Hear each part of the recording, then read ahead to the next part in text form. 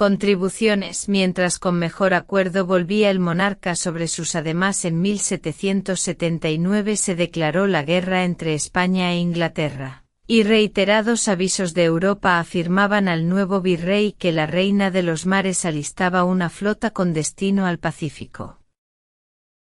Jáuregui, apellido que en vascuence significa _residencia del señor _ en previsión de los amagos piráticos, tuvo que fortificar y artillar la costa, organizar milicias y aumentar la marina de guerra, medidas que reclamaron fuertes gastos, con los que se acrecentó la penuria pública.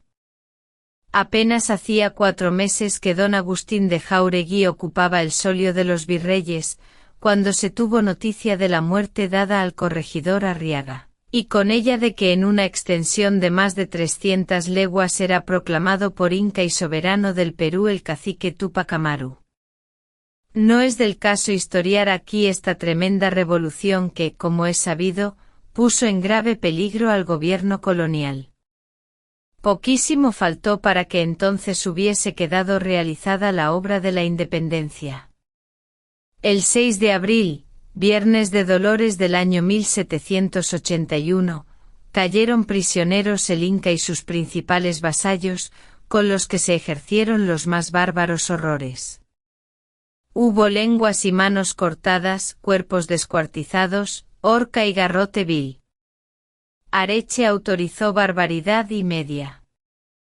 Con el suplicio del Inca, de su esposa doña Micaela, de sus hijos y hermanos, quedaron los revolucionarios sin un centro de unidad. Sin embargo, la chispa no se extinguió hasta julio de 1783, en que tuvo lugar en Lima la ejecución de don Felipe Túpac, hermano del infortunado Inca, caudillo de los naturales de Huarochirí. Así dice el deán Funes terminó esta revolución, y difícilmente presentará la historia otra ni más justificada ni menos feliz.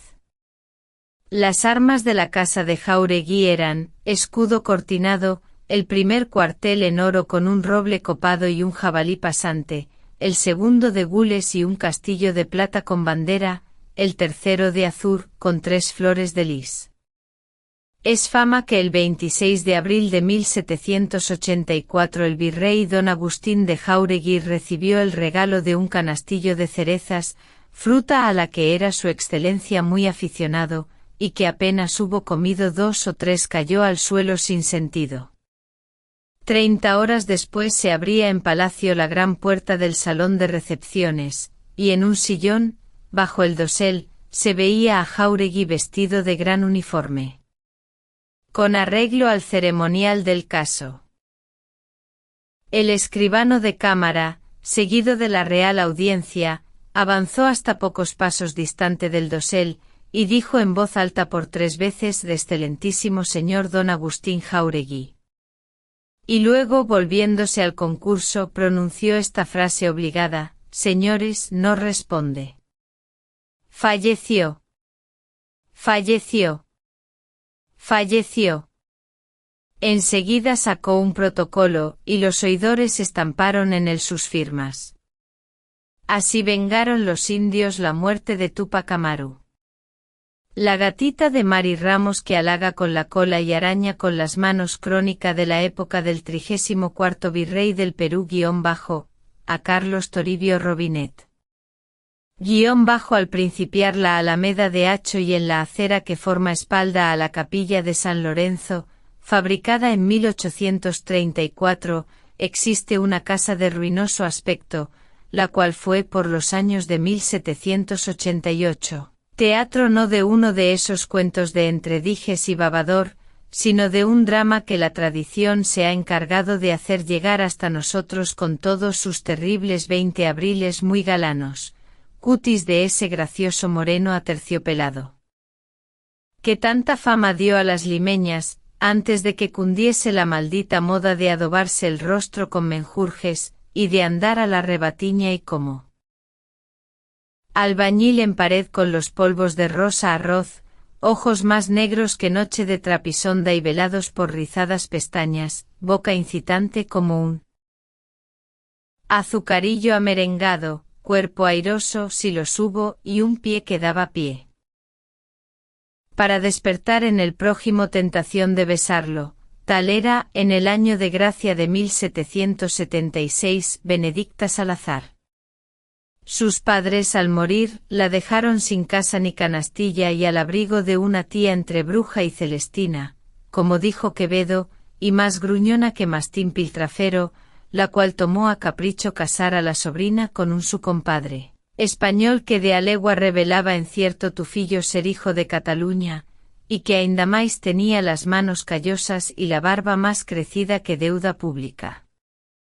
Benedicta miraba al pretendiente con el mismo fastidio que a mosquito de trompetilla, y no atreviéndose a darle calabazas como melones, recurrió al manoseado expediente de hacerse archidevota, tener padre de espíritu y decir que su aspiración era a el catalán. Atento a los repulgos de la muchacha murmuraba, _niña de los muchos novios, _, que con ninguno te casas, _, si te guardas para un rey _, 4 tiene la baraja. De aquí surgían desazones entre sobrina y tía.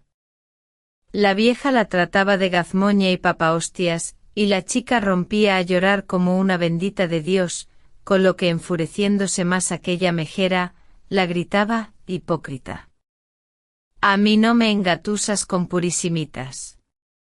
¿A qué vienen esos lloriqueos? Eres como el perro de Juan Molleja, que antes que le caiga el palo ya se queja. ¿Con qué monjío? ¿Quién no te conozca que te compre saquito de cucarachas?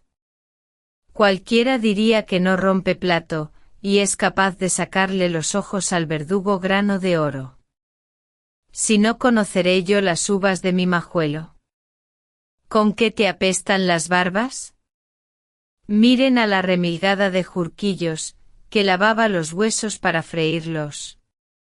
Pues has de ver toros y cañas como yo pille al alcance de mis uñas al barbilampiño que te baraja el juicio. Miren, miren a la gatita de Mari Ramos, que hacía ascos a los ratones y engullía los gusanos. Malaya la niña de la media almendra. Como estas peloteras eran pan cotidiano, las muchachas de la vecindad, envidiosas de la hermosura de Benedicta, dieron en bautizarla con el apodo de _gatita de Mari Ramos _. Y pronto en la parroquia entera los mozalbetes y demás niños zangolotinos que la encontraban al paso, saliendo de misa mayor, le decían que modosita y que linda que va la gatita de Mari Ramos. La verdad del cuento es que la tía no iba descaminada en sus barruntos. Un petimetre don Aquilino del Euro, era el quebradero de cabeza de la sobrina, y ya fuese que éste se exasperara de andar siempre al morro por un quítame allá esas pajas, o bien que su amor hubiese llegado a extremo de atropellar por todo respeto, dando al diablo el hato y el garabato, ello es que una noche sucedió lo que tenía que suceder. La gatita de Mari Ramos se escapó por el tejado, en amor y compañía de un gato pizpireto, que olía a almizcle y que tenía la mano suave. Demos tiempo al tiempo y no andemos con lilailas y recancanillas.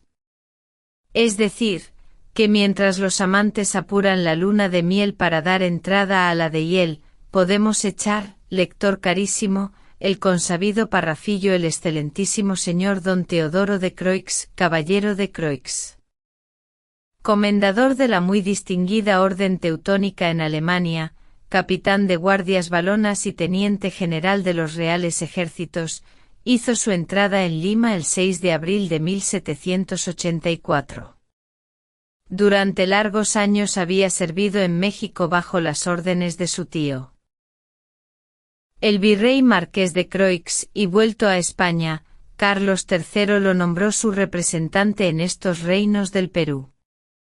Fue su excelencia, dice un cronista, hombre de virtud eminente y se distinguió mucho por su caridad, pues varias veces se quedó con la vela en la mano porque el candelero de plata lo había dado a los pobres, no teniendo de pronto moneda con que socorrerlos. Frecuentaba sacramentos y era un verdadero la administración del caballero Croix, a quien llamaban _el flamenco _, fue de gran beneficio para el país. El virreinato se dividió en 7 intendencias, y éstas en distritos o subdelegaciones.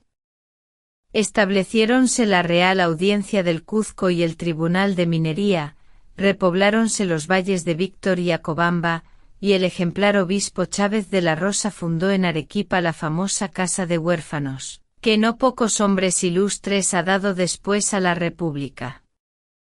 Por entonces llegó al Callao consignado al conde de San Isidro, el primer navío de la Compañía de Filipinas, y para comprobar el gran desarrollo del comercio en los 5 años del gobierno de Croix, bastará consignar que la importación subió a 42 millones de pesos y la exportación a 36. Las rentas del Estado alcanzaron a poco más de 4,5 millones, y los gastos no excedieron de esta cifra, viéndose por primera y única vez entre nosotros realizado el fenómeno del equilibrio en el presupuesto. Verdad es que para lograrlo, recurrió el virrey al sistema de economías, disminuyendo empleados, cercenando sueldos, licenciando los batallones de Soria y Extremadura, y reduciendo su escolta a la tercera parte de la fuerza que mantuvieron sus predecesores desde Amat.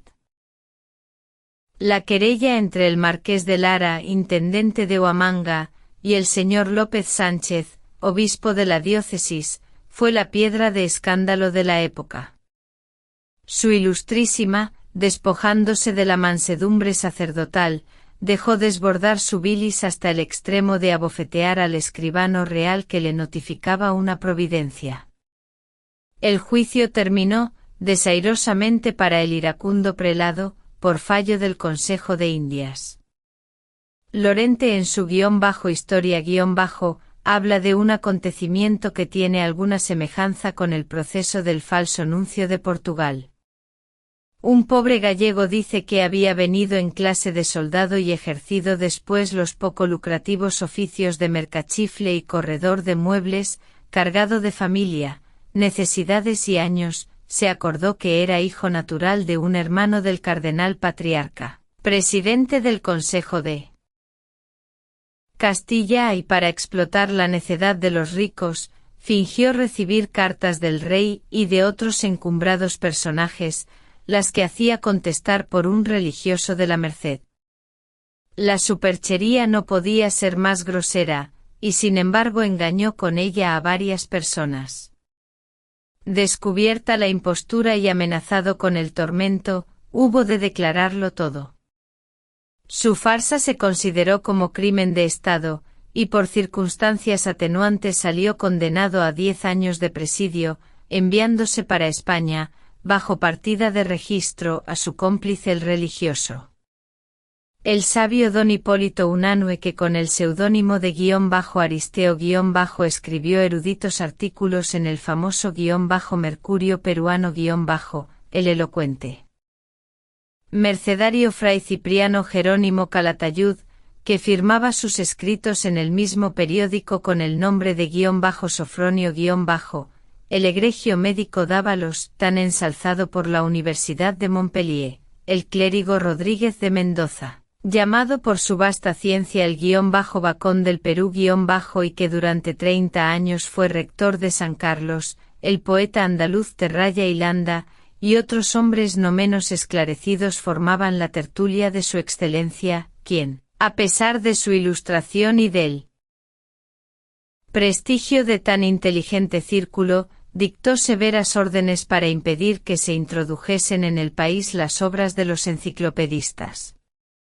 Este virrey, tan apasionado por el cáustico y libertino _poeta de las adivinanzas _ no pudo soportar que el religioso de San Agustín fray Juan Alcedo le llevase personalmente y recomendase la lectura de un manuscrito.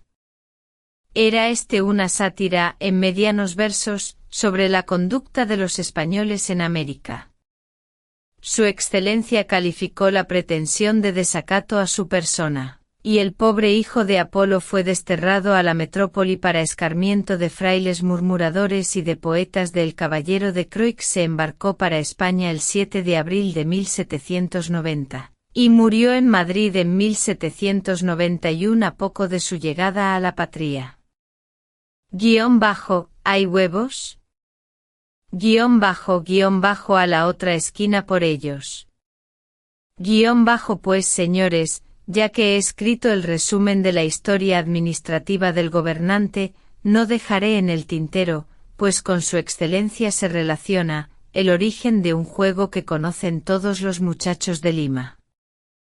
Nada pondré de mi estuche que hombre verídico es el compañero de la broma -3 que me hizo el relato que van ustedes a nota 3. La broma fue un periódico humorístico que se publicaba en Es el caso que el excelentísimo señor don Teodoro de Croix tenía la costumbre de almorzar diariamente 4 huevos frescos pasados por agua caliente, y era sobre este punto tan delicado, que su mayordomo, Julián de Córdoba y Soriano, estaba encargado de escoger y comprar él mismo los huevos todas las mañanas.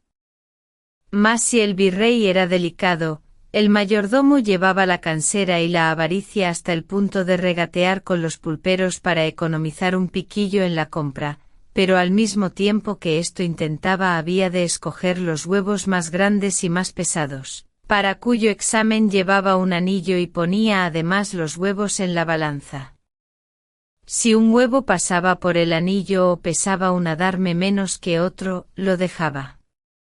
Tanto llegó a fastidiar a los pulperos de la esquina del Arzobispo, esquina de Palacio, esquina de las Mantas y esquina de Judíos, que encontrándose estos un día reunidos en cabildo para elegir balanceador, recayó la conversación sobre el mayordomo don Julián de Córdoba y Soriano, y los susodichos pulperos acordaron no venderle más huevos. Al día siguiente al del acuerdo presentóse don Julián en una de las pulperías, y el mozo le dijo: «No hay huevos, señor don Julián. Vaya su merced a la otra esquina por ellos». Recibió el mayordomo igual contestación en las 4 esquinas, y tuvo que ir más lejos para hacer su compra. Al cabo de poco tiempo los pulperos de 8 manzanas a la redonda de la plaza estaban fastidiados del cominero don Julián, y adoptaron el mismo acuerdo de sus 4. No faltó quien contara al virrey los trotes y apuros de su mayordomo para conseguir huevos frescos, y un día que estaba su excelencia de buen humor le dijo: «Julián, ¿en dónde compraste hoy los huevos?» «En la esquina de San Andrés». «Pues mañana irás a la otra esquina por ellos». «Segurito, señor, y ha de llegar día en que tenga que ir a buscarlos a». Contado el origen del infantil juego de los huevos paréceme que puedo dejar en paz al virrey y seguir con la tradición.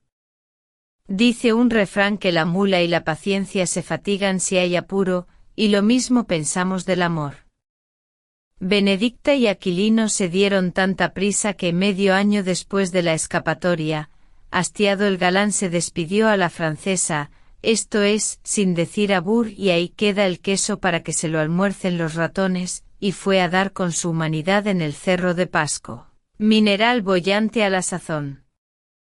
Benedicta pasó días y semanas esperando la vuelta del humo o, lo que es lo mismo, la del ingrato que le dejaba más desnuda que cerrojo, hasta que convencida de su desgracia, resolvió no volver al hogar de la tía, sino arrendar un entresuelo en la calle de la Alameda.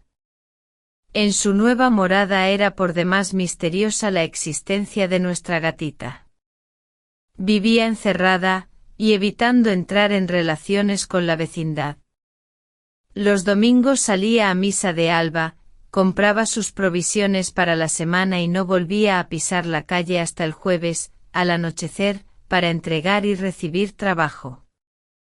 Benedicta era costurera de la marquesa de Sotoflorido, con sueldo de 8 pesos semanales.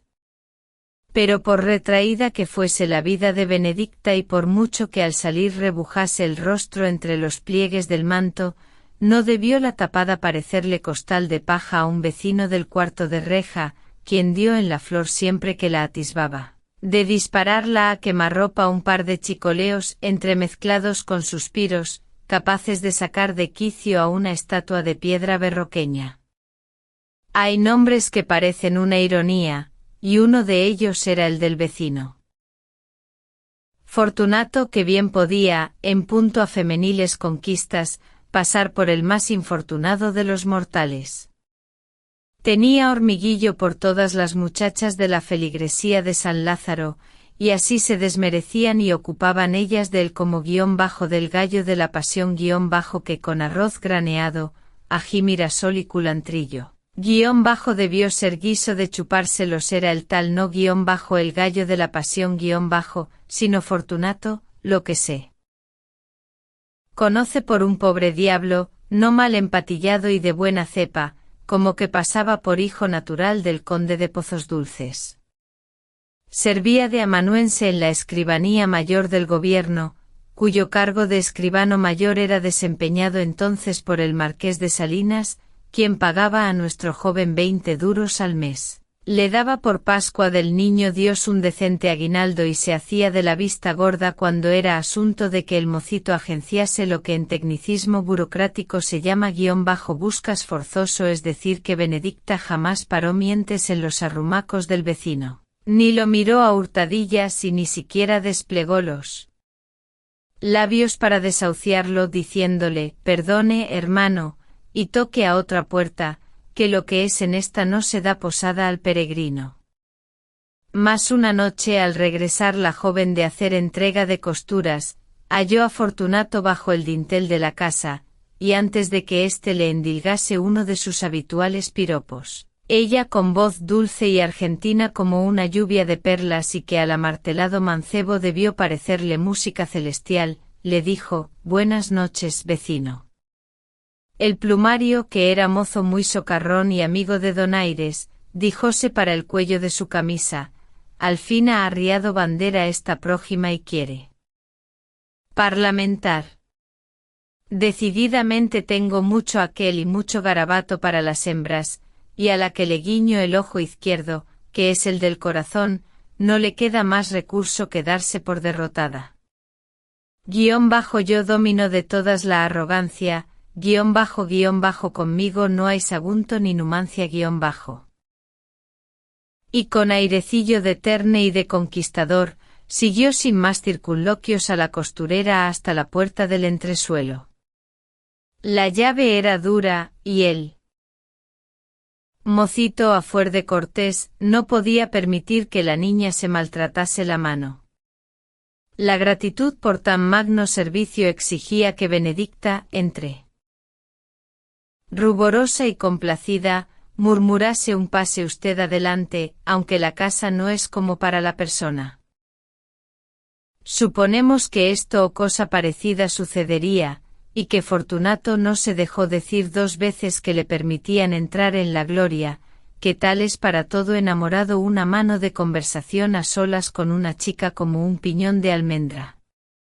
Él estuvo apasionado y decidor, son las cuentas de un collar, salen todas las demás. Ella con palabritas cortadas y melindres, dio a entender que su corazón no era de cal y ladrillo, pero que como los hombres son tan pícaros y reveseros había que dar largas y cobrar confianza, antes de aventurarse en un juego en que casi siempre todos los naipes se vuelven malillas. Él juró por un calvario de cruces, no solo amarla eternamente, sino las demás paparruchas que es de práctica jurar en casos tales. Y para festejar la aventura añadió que en su cuarto tenía 2 botellas del riquísimo moscatel que había venido de regalo para su excelencia el virrey. Y rápido como un cohete descendió y volvió a subir, armado de las susodichas limetas. Fortunato no daba la victoria por un ochavo menos. La familia que habitaba en el principal se encontraba en el campo, y no había que temer ni el pretexto del escándalo. Adán y Eva no estuvieron más solos en el paraíso cuando se concertaron para aquella jugarreta cuyas consecuencias, sin comerlo ni beberlo, está pagando la prole, y siglos van y siglos vienen sin que la deuda se finiquite. Por otra parte, el galán contaba con el refuerzo del moscatelillo, y como reza el refrán, de menos hizo Dios a Cañete y lo deshizo de un puñete. Apuraba ya la segunda copa, buscando en ella bríos para emprender un ataque decisivo, cuando en el reloj del puente empezaron a sonar las campanas de las 10, y Benedicta con gran agitación y congoja exclamó: «Dios mío. Estamos perdidos. Entre usted en este otro cuarto y suceda lo que sucediere, ni una palabra ni intente salir hasta que yo lo». Fortunato no se distinguía por la bravura y de buena gana habría querido tocar de suela, pero sintiendo pasos en el patio, la carne se le volvió de gallina, y con la docilidad de un niño se dejó encerrar en la. Abramos un corto paréntesis para referir lo que había pasado pocas horas a las 7 de la noche. Cruzando Benedicta por la esquina de Palacio, se encontró con Aquilino. Ella, lejos de reprocharle su conducta, le habló con cariño, y en gracia de la brevedad diremos que como donde hubo fuego siempre quedan cenizas, el amante solicitó y obtuvo una cita para las 10 de la noche.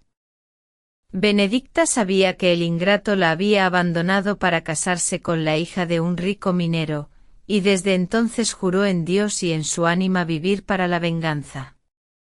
Al encontrarse aquella noche con Aquilino y acordarle una cita, la fecunda imaginación de la mujer trazó rápidamente su plan.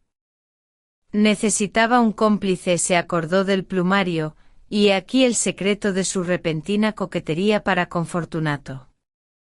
Ahora volvamos al entresuelo. Entre los dos reconciliados amantes no hubo quejas ni recriminaciones, sino frases de amor. Ni una palabra sobre lo pasado, nada sobre la deslealtad del joven que nuevamente la engañaba, callándola que ya no era libre y prometiéndola no separarse más de ella. Benedicta fingió creerlo y lo embriagaba de caricias para mejor afianzar su venganza. Entretanto el moscatel desempeñaba una función terrible.